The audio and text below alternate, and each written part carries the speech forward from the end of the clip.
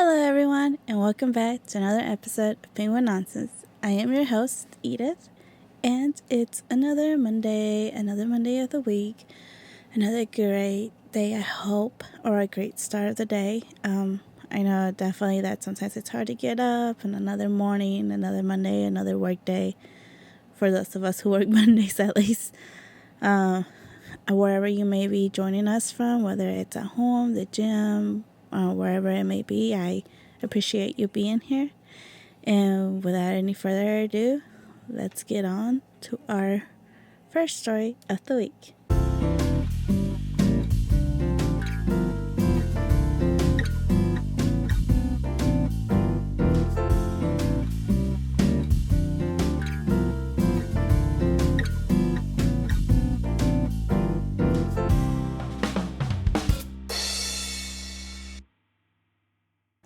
So our first story of the week is a political story, kind of. And I guess it's not like huge war news, but I thought it was an interesting one.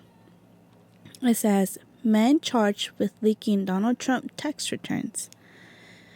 A man in the U.S. has been charged with leaking the tax returns of a high-ranking government official who is understood to be Donald Trump.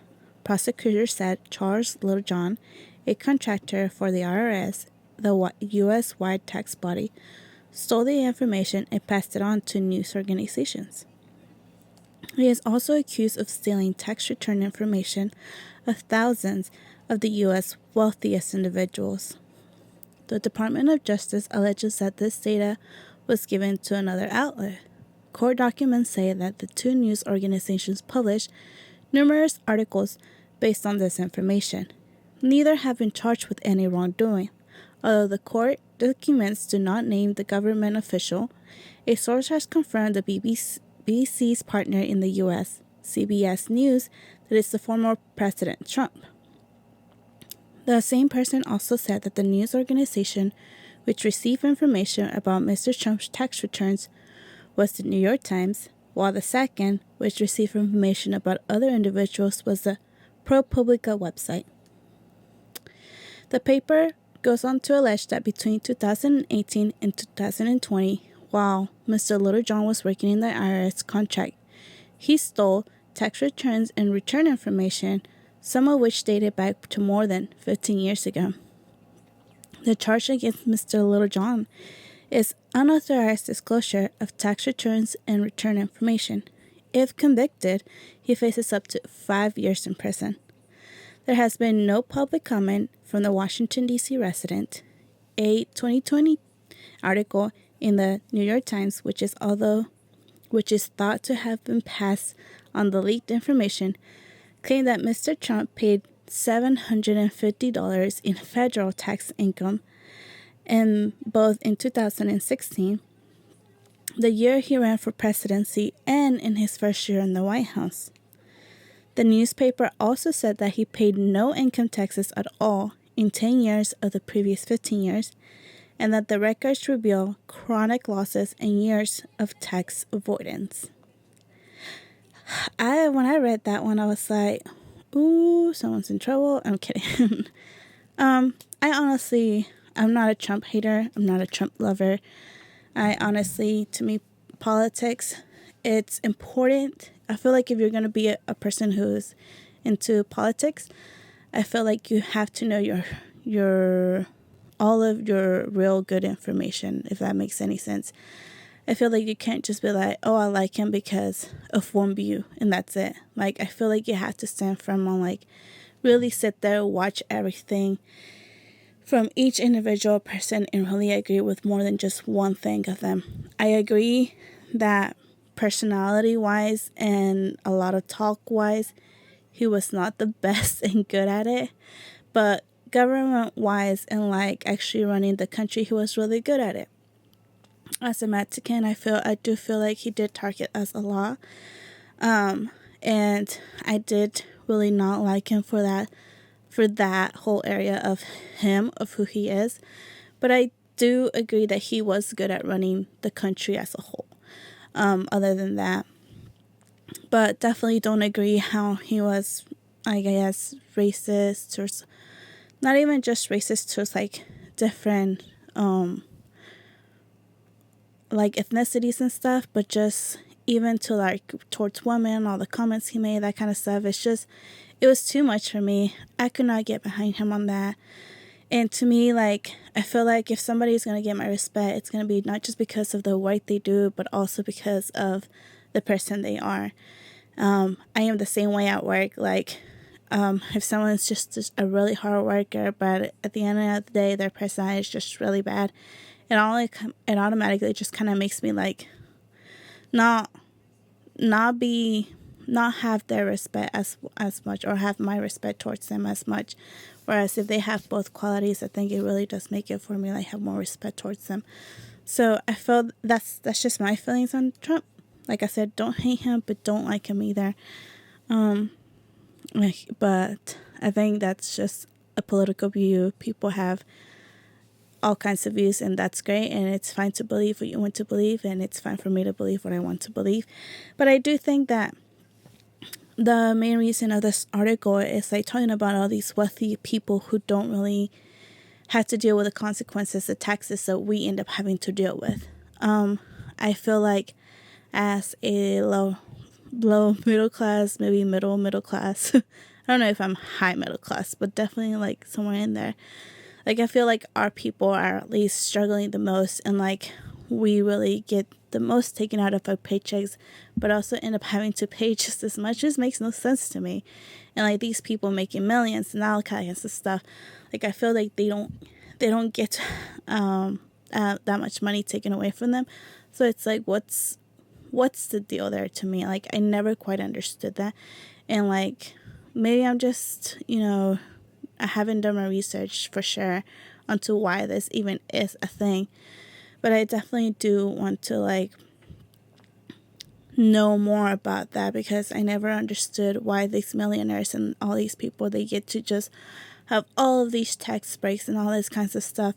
And like, I've seen people where like they donate to their own companies and then they get a tax break. Like, I never quite understood that,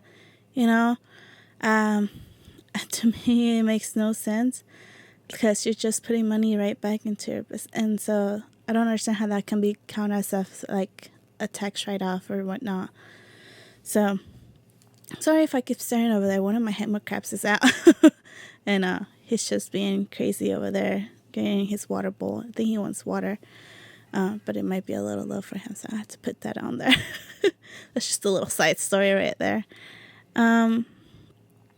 But yeah, so I really think that there needs to be something more done about this whole situation, why the millionaires get to not have as many taxes taken from them as much as we do.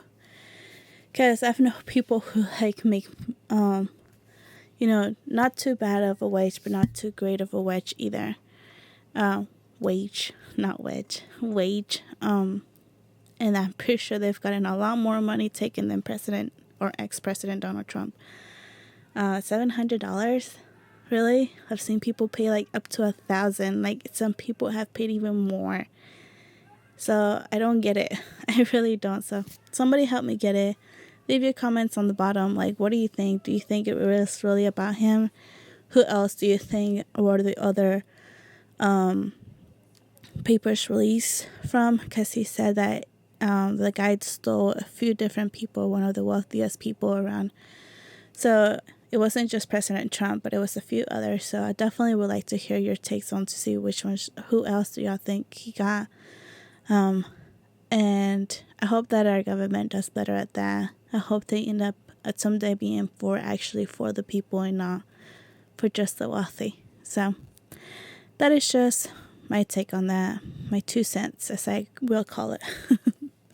Also, this is not paid for, but these are really good. Have y'all tried this new strawberry cream from Taco Bell?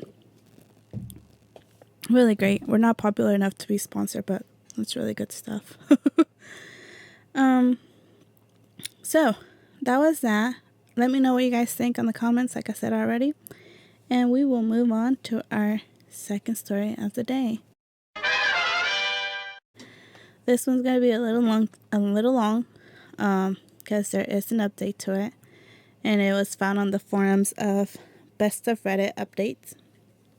And the title says, I, 28 male, can't have children, and my wife, 27 female, doesn't want to adopt.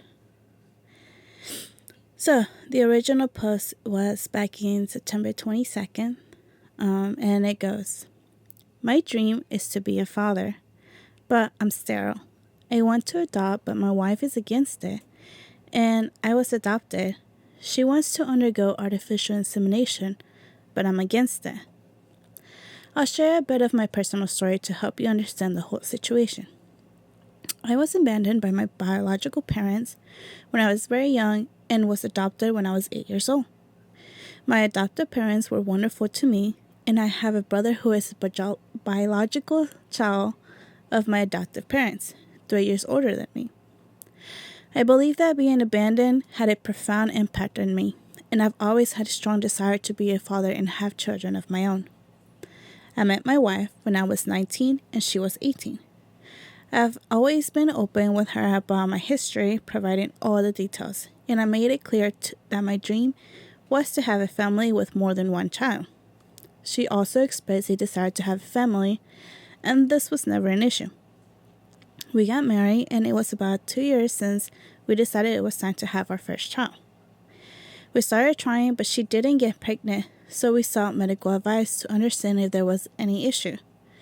It was that then I found out that I'm sterile, and my wife doesn't have any medical problems. I was devastated, but since I myself was adopted, I saw adoption as a ideal solution. I suggested to my wife that we should adopt, but she's against it. She cited reasons that are, in reality, based on prejudice against foster kids. I was deeply saddened by this because when you talk about one of those children, you're also talking about me. We've had many discussions, and I haven't been able to change her prejudiced views. On the other hand, she proposed that we should undergo artificial insemination with an anonymous donor. I disagree with this because it could cost a lot of money, and I feel like it's unfair to act so selfishly when there are thousands of children awaiting to be adopted. Our marriage is going through a serious crisis because of this. I can't comprehend how she can hold such opinions about adoption while being married to me. I'd appreciate any suggestions on how to change her mind.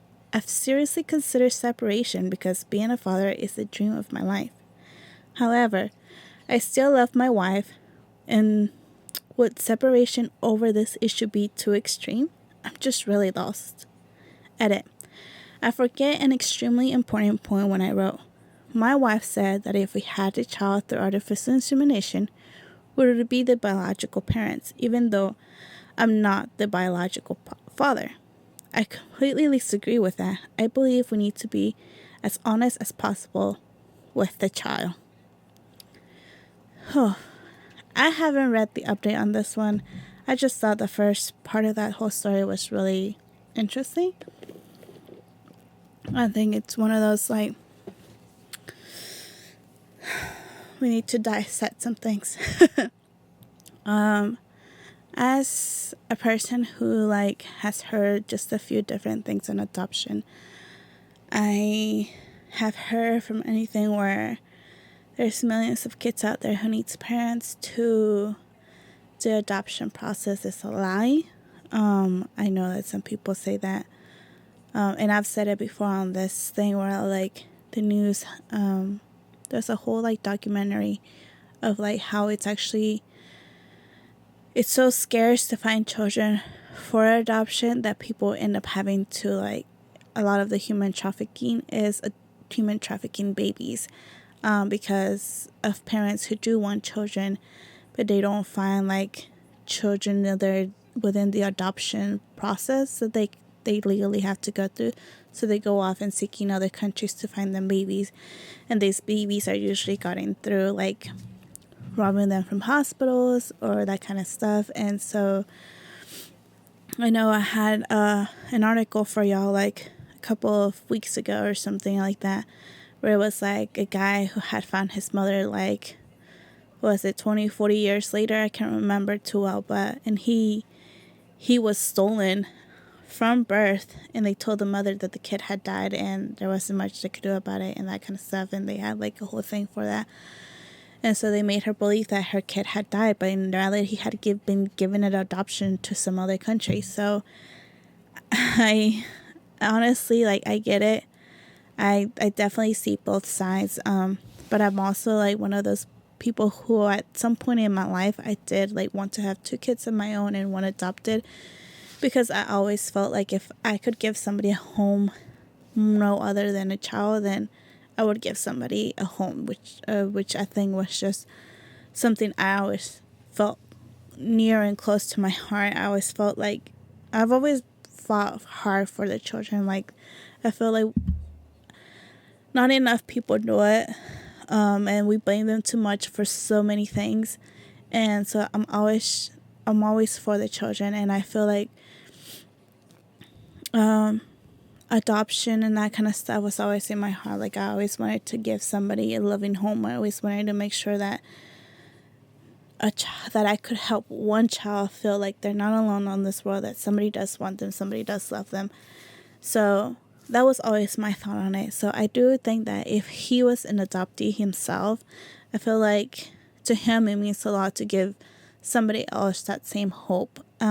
So I do agree that it might be a little extreme for him to think of separating from his wife, since she doesn't want to go through with this and she instead wants to do artificial insemination.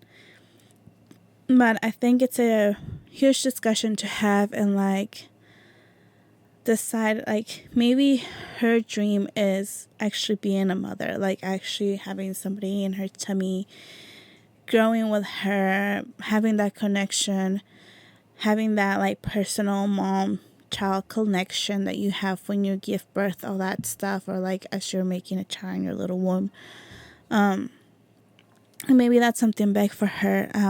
I feel like if they really love each other, that this shouldn't be a reason why they had to separate.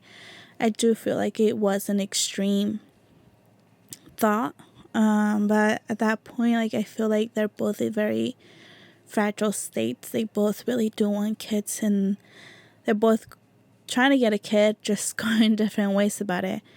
And I don't understand why the guy was like, there was a comment where his wife had said that at least they would be both biological parents, even though the dad really wouldn't be his baby.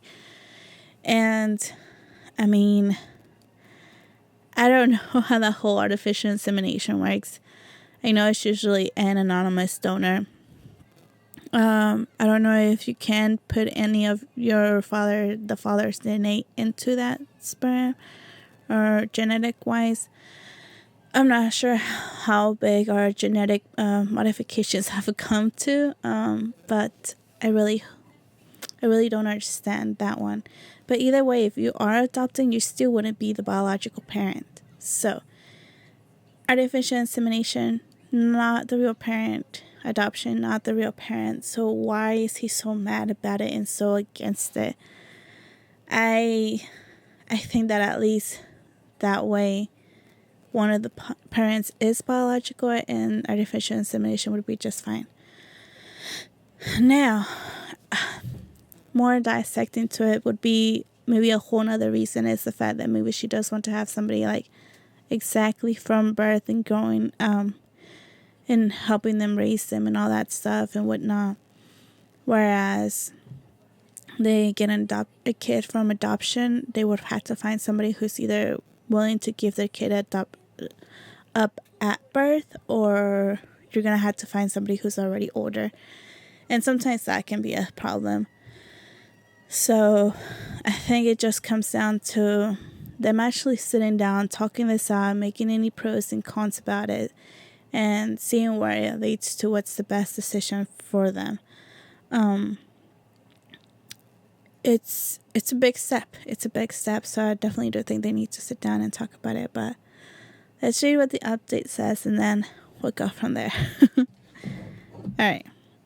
So the update was given a day later on September 23rd, and it goes, "When I wrote the previous post, I knew my relationship was over and was And it was as if I wanted a stranger on the internet to come up with some brilliant idea that could save my marriage. This Saturday, I talked to my wife, and we decided that it's best for us to break up. Oh man, didn't see that one coming, sorry. I loved her a lot, and I'm sure she loved me too. I think I chose my words poorly in the other post and left out important information, so I explained it in more detail of what led to the separation. I've never been against biological children because we're all biological children of someone. However, I've always been against spending money to have biological children. If we're going to spend the money, I believe it's more fair to spend it on an adoption, since there are thousands of children wanting a home. This isn't a new position of mine, but for some reason, in these 9 years of our relationship, dating plus marriage, my ex-wife and I never discussed this. When I found out I couldn't have children naturally, I told my wife that I wanted to adopt. She then mentioned that there were methods for us to still have biological children, mainly in vitro fertilization. So I explained my stance on the matter for her. She even had consultations of her own, tried to convince me until she came to the conclusion that artificial insemination would be the best option, since being biologically related wasn't as important to me and the cost would be much lower. That's when our discussion on the topic escalated. She saw that I wouldn't budge, so she started saying extremely negative things about my children who are up for adoption. Oh, no, sorry. Let's read that again. But she saw that I wouldn't budge. So she started saying extremely negative things about children who are up for adoption. She said things like these children are problematic, which is why their biological parents don't want them, that these problems can't be solved with love, care, or psychological support, and that most of these children will end up drug users or simply have no future. Oh, that boils my skin, but okay. I felt personally offended because I myself was a child abandoned by my parents, and when I told her that, she simply said I was the exception. I feel that her saying these things is like a black person being married to a racist. I feel that if she had known from the beginning that I was a child who was abandoned, she wouldn't want to be in the relationship with me. I feel that she would hate me without even knowing me. Furthermore, she has the right to be the biological mother, and I was taking the right away from her, which was also extremely unfair of me. For these reasons, I ended our relationship. Unfortunately, the previous post, many people also made prejudiced comments about children and the adoption process. The adoption process is not traumatic. It's a process of being abandoned by your biological parents, the waiting to be adopted, and many more other things that can be traumatic. I understand those who say that children have traumas, but please, give them a chance. They're not to blame for what happened to them. I know not everyone is ready to adopt, but at least don't speak ill of the process or discourage those who want to adopt. I was adopted at an older age than the average, graduated from college, and never caused any trouble for my parents. Of course, I have my personal issues, but I don't think I ever caused any problems for my parents because of them. I had the happiest day of my life was the day I was adopted, and I remember that day every day. And that was it.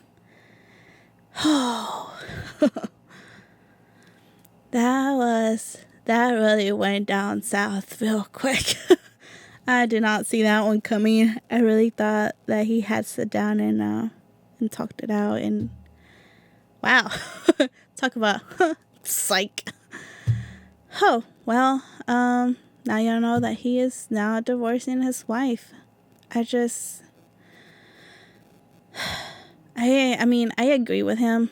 I feel like if she was really on a high stand of adoption is not the way, and he was on a high stand of adoption is the way, then for some people that is their deal breaker.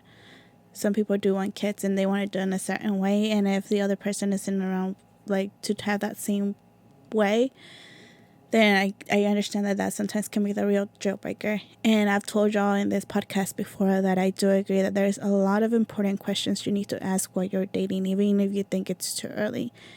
It's never too early.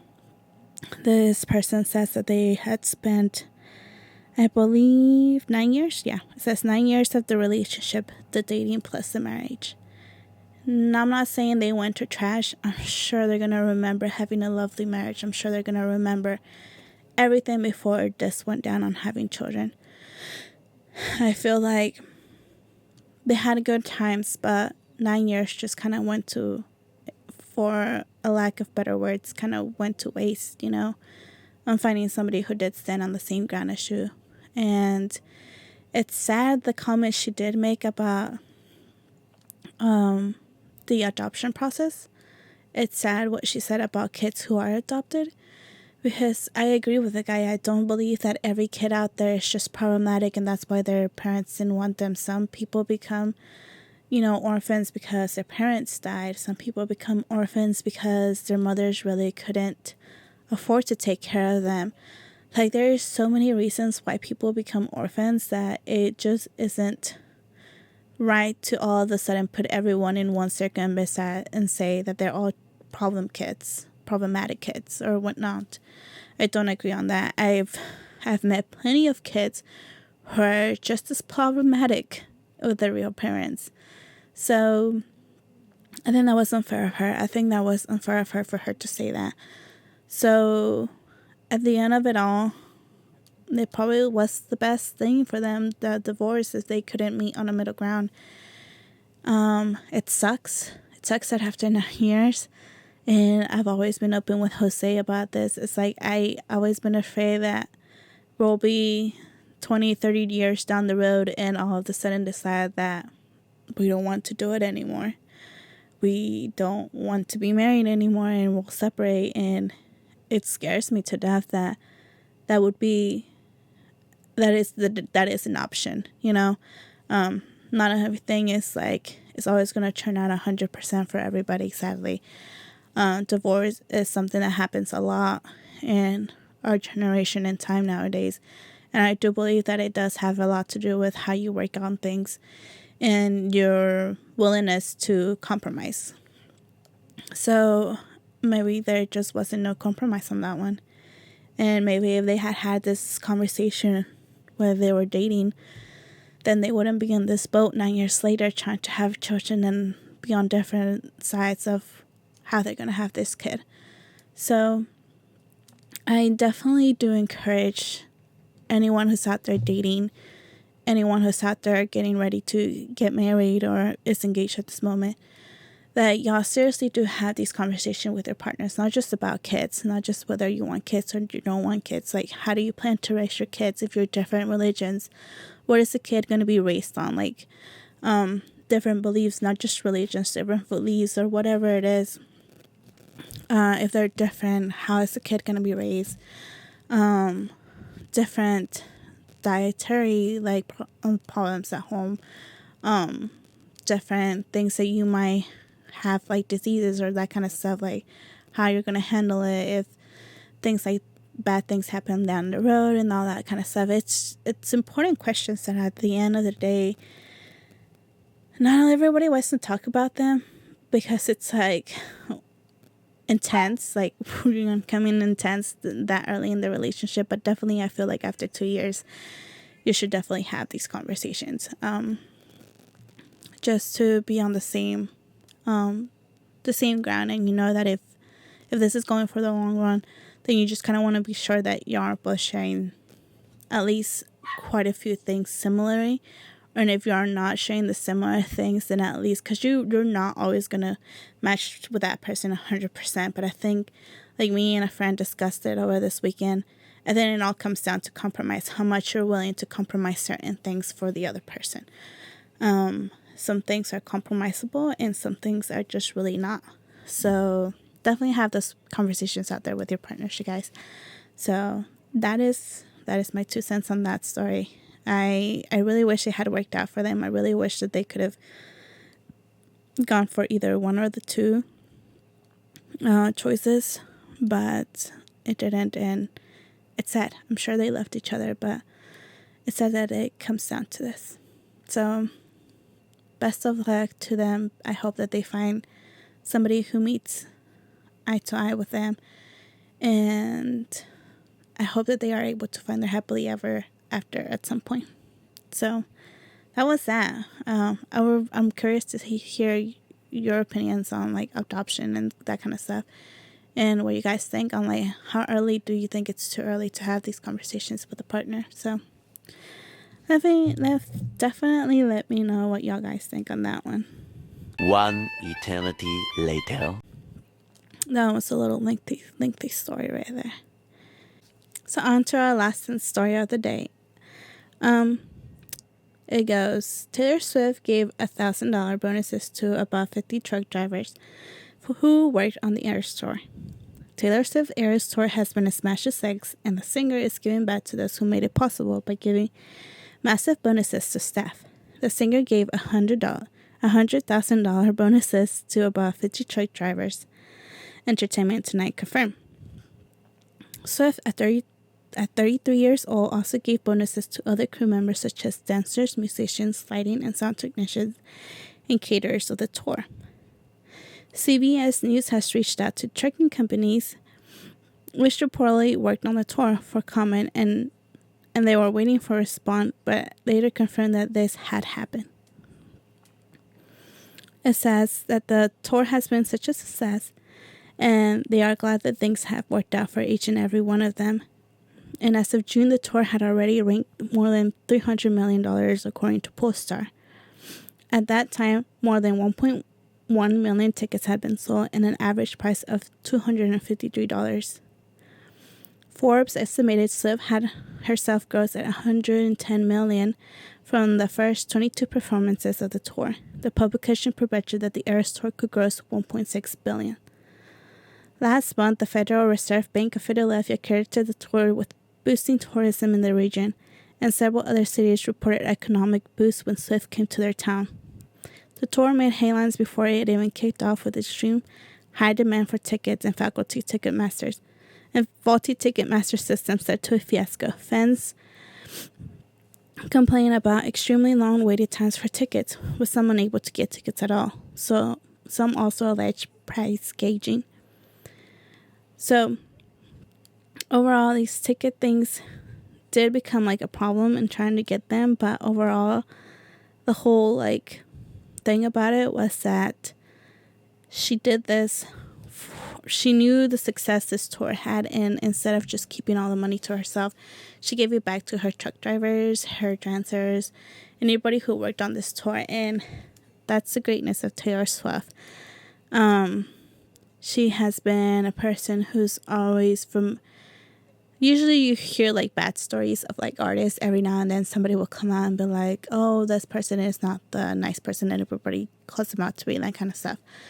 And I feel like Taylor Swift has been one of the few who has managed to stand tall in her reputation, besides everybody hating her for that whole Kanye thing or whatnot.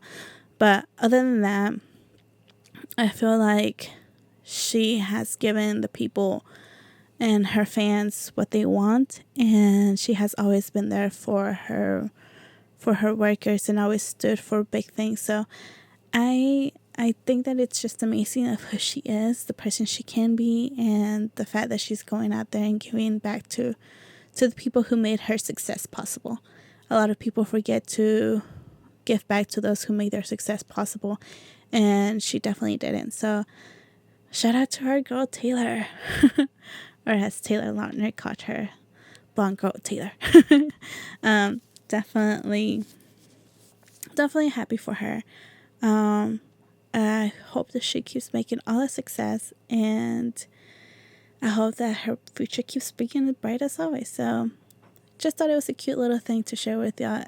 I don't have anything to say to that one because I can't make y'all be like, go out there and make billions so y'all can give back to your people. But no, if you don't make millions, always do remember the people who help you get to where you are. I think that's still good, a message that I can get out of the story. Always remember to give back to those who help you get to where you are right now. So that's it for the rest of the week. I Sorry, our little hermit crab is out. He's just having a blast throughout the tank right now. But hope you have a good rest of the week, and I will see you again next Monday. Bye.